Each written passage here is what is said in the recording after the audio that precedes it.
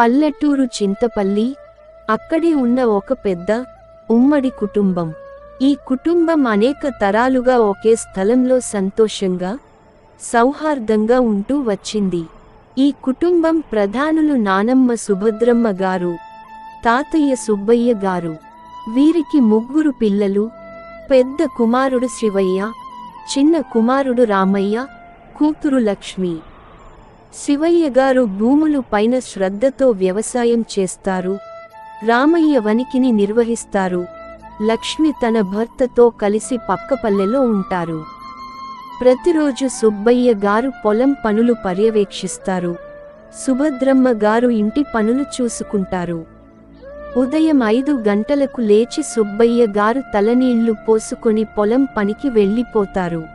సుభద్రమ్మ గారు ఇల్లంతా శుభ్రం చేసి అందరికీ కాఫీ తయారు చేస్తారు. పిల్లలు స్కూల్కి వెళ్లే ముందు పిండి వంటలు తయారు చేస్తారు. కుటుంబం మొత్తం కలిసి బ్రేక్ఫాస్ట్ చేస్తారు.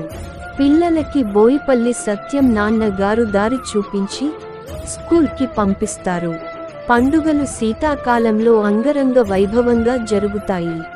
సంక్రాంతి పండుగకు అన్ని పిల్లలు, కుటుంబ సభ్యులు కలిసి రంగోలి ముగ్గులు పోసి, గంగిరెద్దుల ఆటలు చూసి, తోటకూరలతో తయారు చేసిన పిండి వంటలు తింటారు.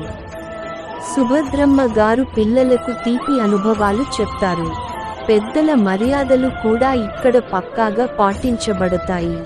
చుట్టుపక్కల ఉన్న వృద్ధులకు పండుగ పూట సుప్రసిద్ధమైన పిండి వంటలు పంపించి వారిని ఆత్మీయంగా ఆహ్వానిస్తారు.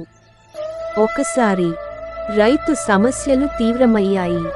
నీరుకు కష్టం, పంటలు నష్టపోయాయి.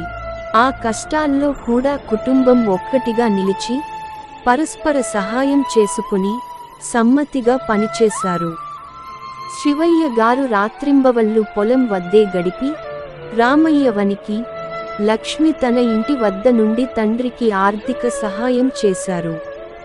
ఈ విధంగా పల్లెటూరి ఉమ్మడి కుటుంబం అనేక కష్టాలు ఎదుర్కొంటూ కూడా ఒకే పేగు అని పిలవబడుతూ అనురాగంతో, ప్రేమతో జీవనం సాగించింది. వారి సంఘటితత, పరస్పర సహకారం ఈ కాలంలో కూడా మరువలేనివి.